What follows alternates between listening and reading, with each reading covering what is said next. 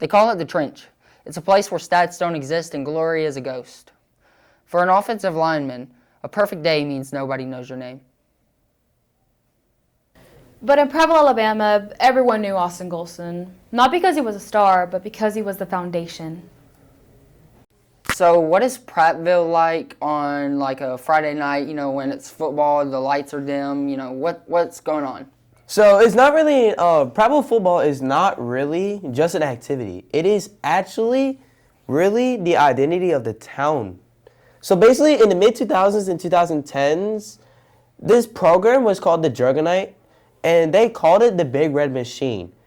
And basically in front of that in the O-line, there was a guy named Austin Golson. Thanks. You're welcome. So what was it like having Austin on the O-line? He was a beast and all, but what would it have been like to be Coach DuBois? Yeah, he really was a quiet kid, but he played with a mean streak. You saw it earlier. Most kids that size are clumsy. Austin had the footwork of like a basketball player, but the power of like a power lifter. He helped us win the 2011 state championship. He wasn't just a part of the team. He was the heartbeat of the O-line. Thank you. Success brought scouts. It brought the hype. Austin chose Ole Miss, a rising SEC power. He played, and he played well as a true freshman. But something was off.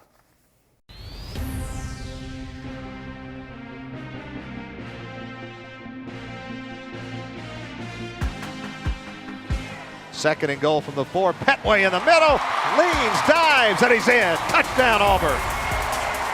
I say leader for him just because he's one of our older offensive linemen, and he knows all the plays and all the schemes, and he really helps our young guys develop as well as in game. He's a very reliable guy. He's somebody we can really count on, whether it's run blocking or pass blocking.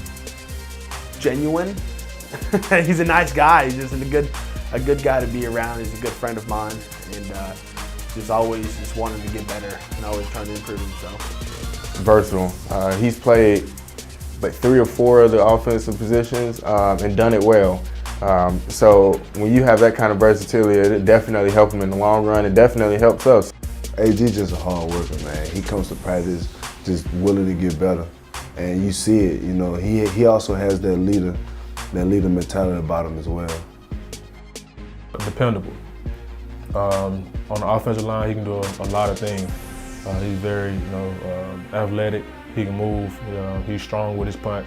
And from last year, you seen he can play tackle, guard, or center. So I feel like he's very dependable for that offensive line. 3, 1, 2, 3. Okay, so what was it like for Austin transferring to Auburn from Ole Miss?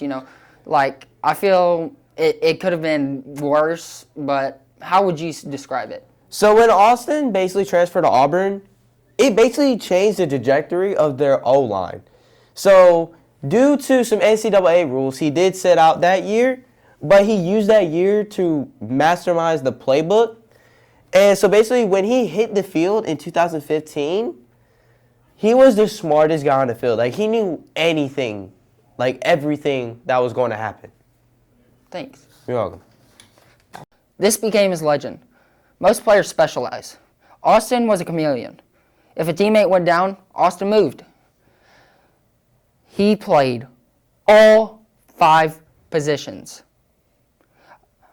A feat almost unheard of in the modern SEC. He became the ultimate insurance policy. Despite the versatility, the 2018 NFL draft came and went. 256 names were called. Austin's was not one of them. In the NFL, Austin proved that a kid from a small-town school like Prattville could hold his own against the best in the world. He represented the Falcons, bringing that same Alabama grit to the professional stage. The NFL is a business of what have you done for me lately? But in Prattville, the legacy is permanent.